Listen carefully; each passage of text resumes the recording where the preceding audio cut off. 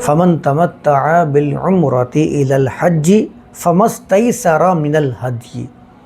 پہلے بھی بیان کیا تھا کہ اغسرتم کے ساتھ اگر معاملہ ہوگا، جب بھی جو گائیڈنس تمہیں دی جا چکی ہیں، جو قانون تمہیں دیا جا چکا ہے، اس میں سے جتنا تمہارے لیے ممکن ہو، جتنا آسانی تمہارے لیے ہو سکتی ہو، اس کے اوپر عمل کرنا تھا۔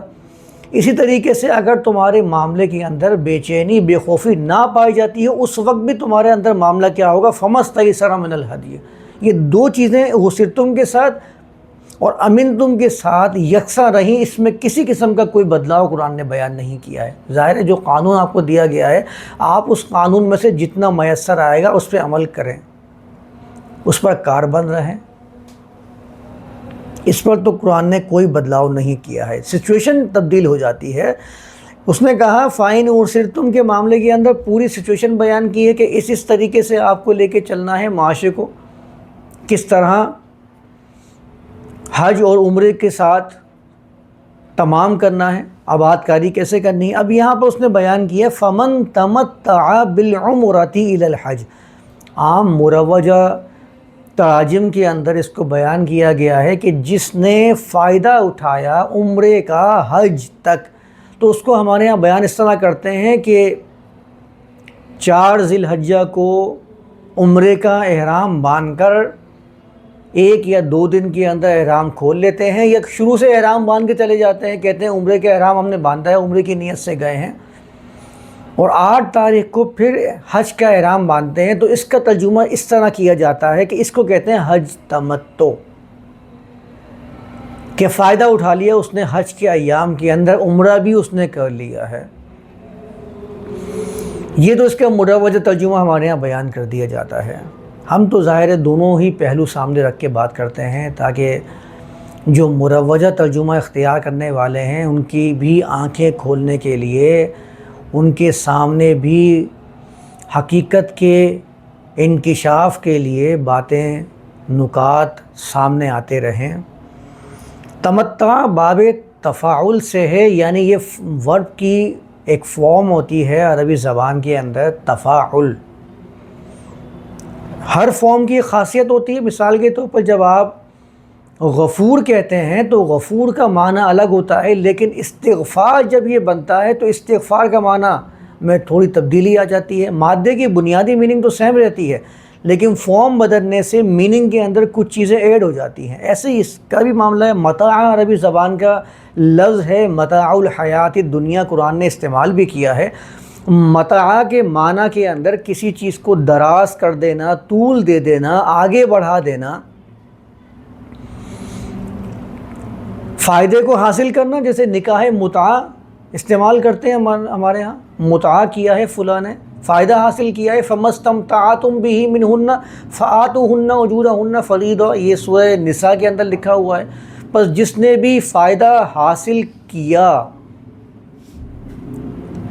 منہن، یہاں ترجمہ کرتے ہیں نساء سے، عورت سے، تو فَآتُوهُنَّ أُجُورَهُنَّ فَرِيضَةً، ان کو ان کا اجر دے دو، مقررہ اجر، فریدہ مقررہ اجر دے دو۔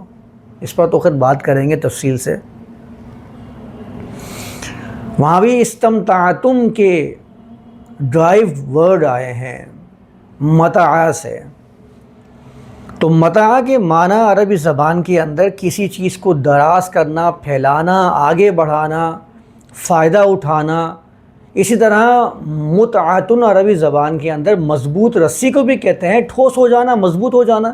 لیکن اس فارم میں جانے کے بعد، یعنی ورب کی جو فارم باب تفاعل ہے، اس میں جانے کے بعد اس کے اندر معنی ایڈ ہوتے ہیں کسی چیز کا درجہ بدرجہ، آہستہ آہستہ آگے بڑھنا، تدریج جس کو ہم کہتے ہیں۔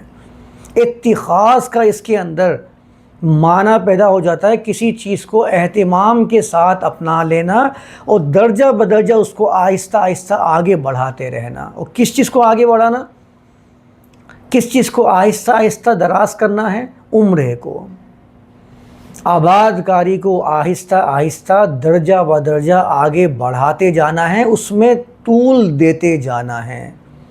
جب امن کی حالت میں ہوں تو آپ کا کام کیا ہوگا؟ آباد کاری کو، تخریب کاری کو ختم کر کے آباد کاری کو. یہ آباد کاری کا مطلب یہ نہیں ہے کہ میں آبادی زیادہ کرنا شروع کر دوں، نسل بڑھانا شروع کر دوں، نہیں. آباد کاری تخریب کاری کی ضد ہے. جہاں جہاں خرابی ہے اس کو آپ اچھائی سے، اصلاح سے بدلتے چلے جائیے، حسنات سے بدلتے چلے جائیے، سیئات خود بخود جاتی چلی جائیں گی. یہی چیز عمرے کے اندر پائی جاتی ہے، اسی کو آباد کاری کہتے ہیں. یہ تخریب کی ضد ہے.